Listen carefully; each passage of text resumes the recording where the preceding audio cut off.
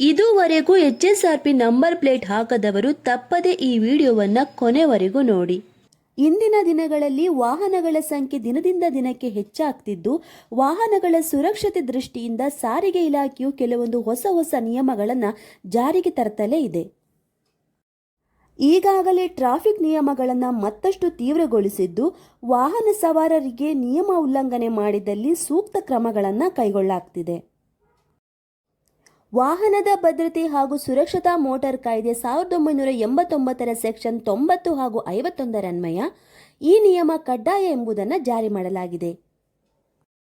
ಈಗಾಗಲೇ ಸುಮಾರು 52 ಲಕ್ಷ ವಾಹನಗಳು HSRP ನೋಂದಣಿ ಅಳವಡಿಕೆ ಮಾಡಿಕೊಂಡಿದ್ದು, ಇನ್ನು 75% ಅಂದರೆ 1.48 ಕೋಟಿ ವಾಹನಗಳು HSRP ಅಳವಡಿಸಿಕೊಳ್ಳಬೇಕಾಗಿದೆ. 2019ರ ಏಪ್ರಿಲ್ 1ಕ್ಕಿಂತ ಮೊದಲು ವಾಹನ ಖರೀದಿ ಮಾಡಿದವರು ಈ ನಂಬರ್ ಪ್ಲೇಟನ್ನು ಕಡ್ಡಾಯವಾಗಿ ಅಳವಡಿಕೆ ಮಾಡಿಕೋಬೇಕು. ಮೊದಲು ಫೆಬ್ರವರಿ 17 ಕೊನೆಯ ದಿನಾಂಕ ಅಂತ ಹೇಳಲಾಗಿತ್ತು. ಬಳಿಕ ಮತ್ತೆ ಸಮಯಾವಕಾಶ ನೀಡಲಾಗಿದೆ. HSRP ನಂಬರ್ ಪ್ಲೇಟನ್ನು ನಿಗದಿತ ದಿನಾಂಕದೊಳಗೆ ನೀವು ಮಾಡಿಸದೇ ಇದ್ದರೆ ನಿಮಗೆ ಮೇ 31ರ ಬಳಿಕ ಫೈನ್ ಬೀಳುವ ಸಾಧ್ಯತೆ ಇದೆ.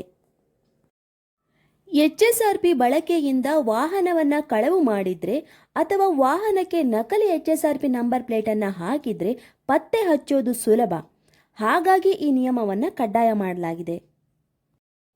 HSRP ನಂಬರ್ ಪ್ಲೇಟ್ ಅಳವಡಿಕೆ ಮಾಡಿಕೊಂಡಿದ್ದವರು ಈಗ ರಿಲೀಫ್ ಆಗಿದ್ದಾರೆ.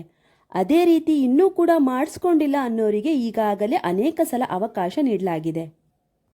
ಹಾಗಾಗಿ ನೀವು ಹೊಸ ವಾಹನ ಖರೀದಿ ಮಾಡುವಾಗ HSRP ರಿಜಿಸ್ಟ್ರೇಷನ್ ಆಗಿಯೇ ನಿಮ್ಮ ಕೈ ಸೇರಲಿದೆ.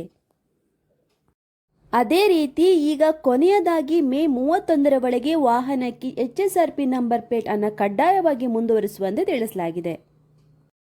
ಹೊಸದಾಗಿ ವಾಹನ ಖರೀದಿ ಮಾಡುವವರು ಅಥವಾ ಈಗಾಗಲೇ ವಾಹನ ಖರೀದಿ ಮಾಡಿ 1 ವರ್ಷ ಕೂಡ ಆಗಿರದೇ ಇದ್ದರೆ ವಾಹನ ಖರೀದಿ ಮಾಡಿದ ಶೋರೂಮ್ನವರೇ ನಂಬರ್ ಪ್ಲೇಟ್ ಹಾಕಿಸ್ಕೊಡ್ಬೇಕು ಎಂಬ ನಿಯಮ ಇತ್ತೀಚೆಗಷ್ಟೇ ಜಾರಿಗೆ ಬಂದಿದೆ.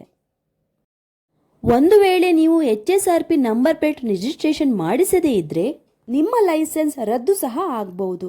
ಹಾಗಾಗಿ ನೀವು ರಿಜಿಸ್ಟ್ರೇಷನ್ ಮಾಡಿಸಿದ್ರೆ ಅದರ ಒಂದು ಕಾಪಿಯನ್ನು ಮತ್ತು ನೀವು ಬಿಲ್ ಕಟ್ಟಿದ ರಿಸಿಪ್ಟನ್ನು ಸದಾ ಜೊತೆಗೆ ಇಟ್ಕೊಂಡು ಪ್ರಯಾಣ ಮಾಡಿದರೆ ನೀವು ದಂಡ ಪಾವತಿ ಮಾಡಬೇಕಾಗಿಲ್ಲ.